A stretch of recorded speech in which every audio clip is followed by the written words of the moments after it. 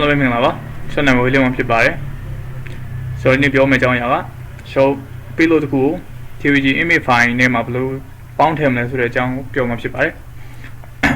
ဆိုတော့ကျွန်တော်ရင်တော့ payload တစ်ခုဖန်တီးရအောင်မယ်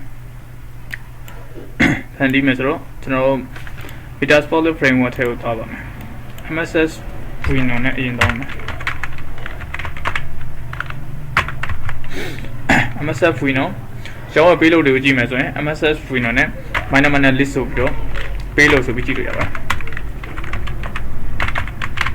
အဲ့ဒါနဲ့ဆောင်းပါတယ် payload တွေတအားများတဲ့အတွက်ကြောင့် okay ကြာတစ်ခု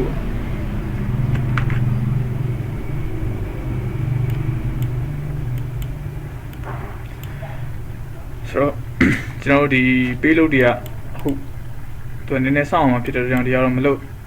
ကိုယ့်အကူပဲဒီတိုင်းကြည့်လိုက်ပါတော့ဟိုဒီဥစ္စာကိုကျွန်တော်ကမလုပ်တော့ဘူးထားလိုက်ပါโอเคဒီမှာအဲဆိုရင်ဒီမှာ payload တွေကဒီကတော့မဟုတ်ဘူးခုန payload တွေကိုဖော်ကြည့်မယ်ဆိုရင် MSS Windows minor list payload ဆိုပြီးတော့ဖော်ကြည့်လိုက်လို့ရပါတယ်အဲ့ဒါတော့ကိုယ့်အကူဖော်ကြည့်လိုက်ကြပါဒီတိကကျွန်တော်အခုလုံးမဲ့ payload က Windows Metadata TCP Reverse TCP နဲ့လောက်မှာဖြစ်ပါတယ်ဆိုတော့ MSS Windows MSS Windows minor p payload က Windows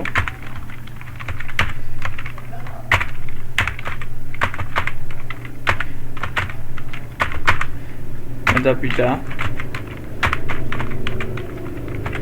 Reverse underscore TCP okay so payload က Windows Metadata Reverse TCP နဲ့ payload လုပ်ပြီးလို့ရှိရင် host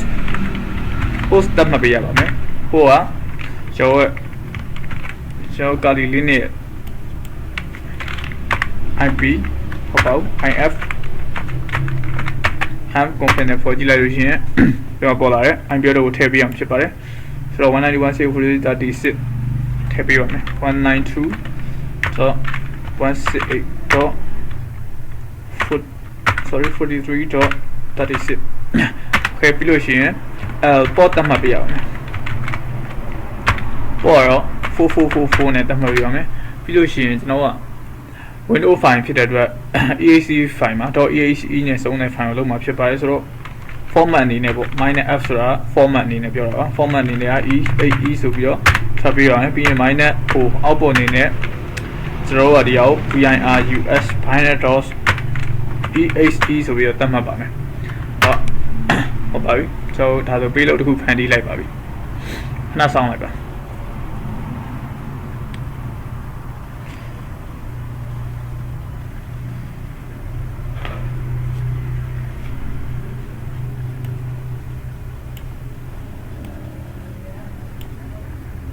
okay ဒါဆိုရင်ကျွန်တော်တို့ binary.exe ဆိုတဲ့ payload file တစ်ခုဖန်တီးပြီးတော့ဖြစ်ပါတယ်ကျွန်တော်အဲ့ဒါဖန်တီးပြီးတဲ့အချိန်မှာဘာလုပ်ရမလဲဆိုတော့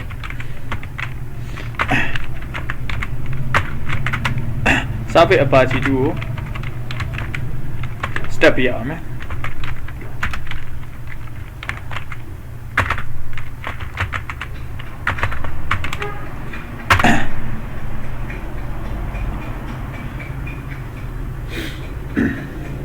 Service Apache 2 step ပြီးပါပြီပြီးရင်ကျွန်တော်အခုဖန်တီးထားတဲ့ payload ကိုဘာရဲက www.adm ဆိုတဲ့အထက်ကိုထည့်ပေးရပါမယ်ဆိုတော့ cp ပေါ့ virus.exe ဆိုတဲ့ file ကိုroot အောက်ကဘာရဲက www.adm ကိုထည့်ပေးပါမယ်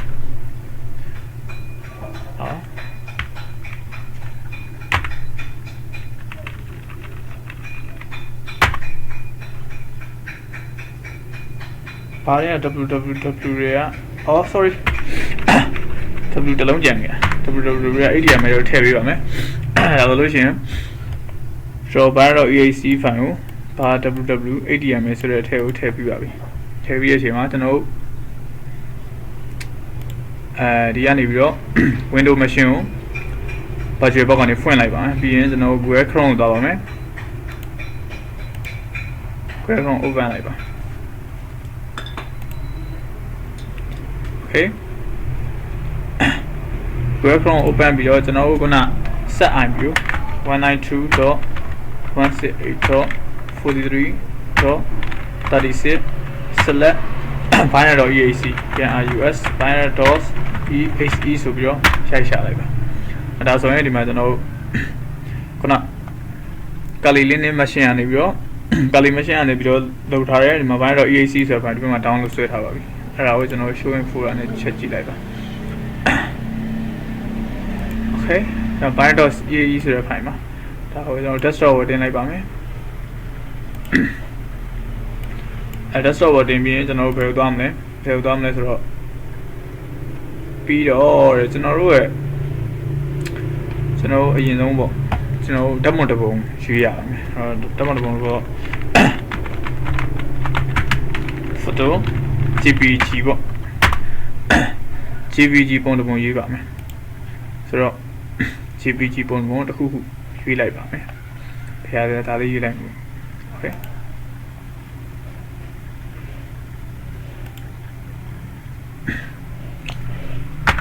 banana ပေါ့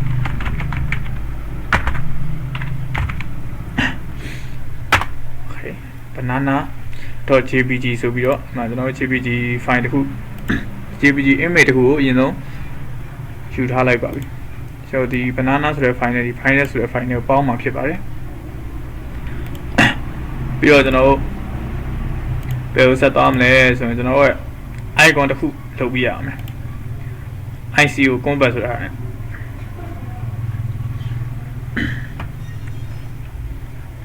ဒါ online မှာ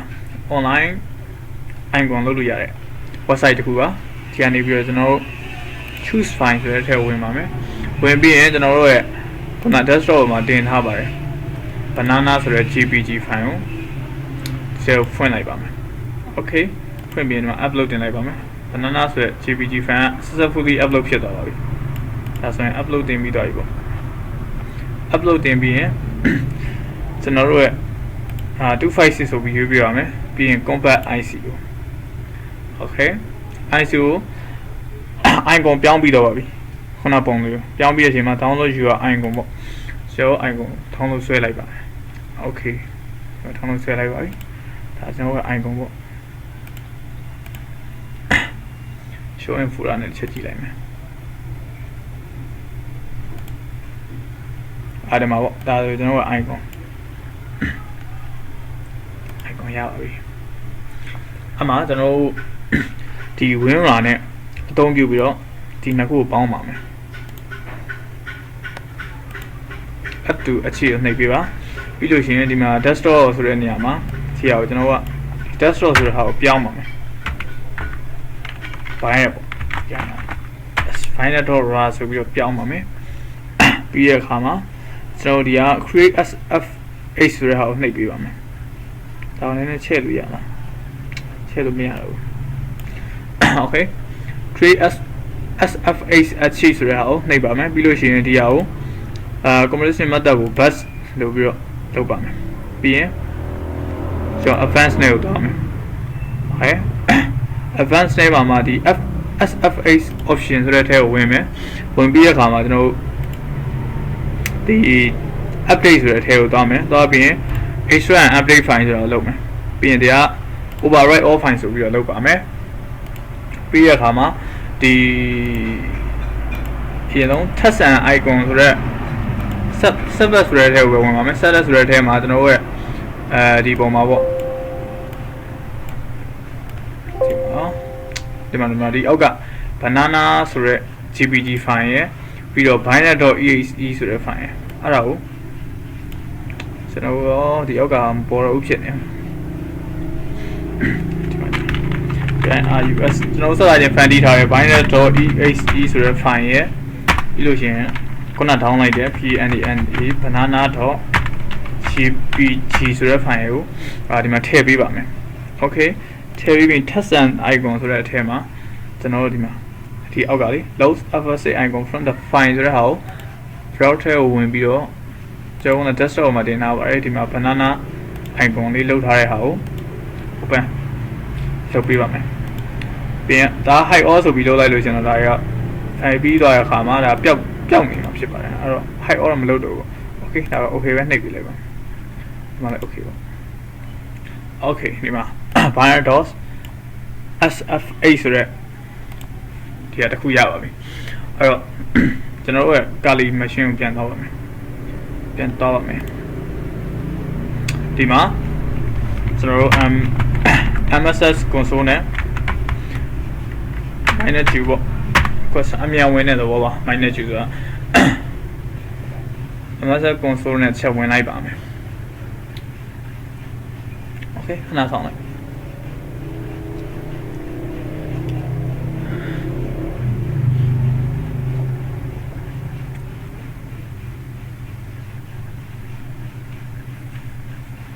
okay ဒါဆို MSF5 ဒီမှာကျွန်တော်ကဘာလုပ်မလဲဆိုရင် exploit ပေါ့ exploit select ကျွန်တော်ဘယ်လို multi handler တွေကိုတောက်ပါမယ်mul di multi select handler handle multi handler okay exploit multi handler တွေကိုတောက်ပါမယ်ဒါဆိုရင်ကျွန်တော် multi handler တွေကိုရောက်ပါပြီရောက်တဲ့အချိန်မှာ set ပေးလို့သတ်မှတ်ပါမယ်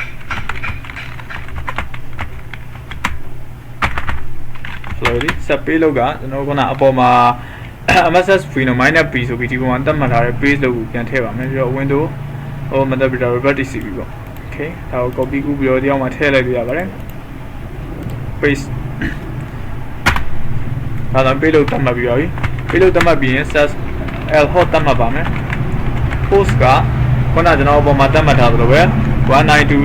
ဘယ်လောက်လဲ 43.36 okay host သတ်မှတ်လိုက်ပါ 192.40.36 host သတ်မှတ်လိုက်ပါပြီပြီးရင် self l port သတ်မှတ်ပါမယ် l port 4444 okay ဒါဆိုရင်တော့ကျွန်တော်တို့ set l port သတ်မှတ်ပြီးတော့ exploit ဆိုပြီးတော့ရလိုက်တာနဲ့ကျွန်တော်ရဲ့ step rubber tcp handler 192.168 ဆိုတာနားထောင်နေပါပြီဒီချိန်မှာကျွန်တော်က window တွေကိုတွားပြီးတော့ဒီ file လေးကျွန်တော်တွားဖွင့်ကြည့်ပါကျွန်တော်ရဲ့ image file လေးပေါ့ဒါဆိုကျွန်တော် image file လေးတွားဖွင့်ကြည့်လိုက်တဲ့အခါမှာ show ရဲ့ Kali set ကိုပြန်တွားကြည့်လိုက်ပါဒါဆိုရင်ကျွန်တော်က window machine တွေကိုရောက်နေပြီဖြစ်ပါတယ်ဆိုတော့ဒီကနေပြီးတော့ sys.info ဆိုပြီးရိုက်ရှာလိုက်လို့ရိုက်ကြည့်လိုက်ရင်ကွန်ပျူတာ desktop window 10 x64 ဒါဆိုရင်ဟိုဘက်က window တွေကိုရောက်နေပြီဖြစ်ပါတယ်နောက်ထပ်ဒီ command တွေဘာတွေကတော့ခုပါအောင်ပဲလိုက်ပြီးကြည့်လိုက်ပါတော့ဒါဆိုရင်ကျွန်တော်တပ်ပုံတစ်ပုံအကြောင်းကွန်ပျူတာတစ်လုံးကိုထိန်းချုပ်လို့ရတယ်ဆိုတော့ပြပြဖြစ်ပါတယ်အားလုံးပဲကျေးဇူးတင်ပါတယ်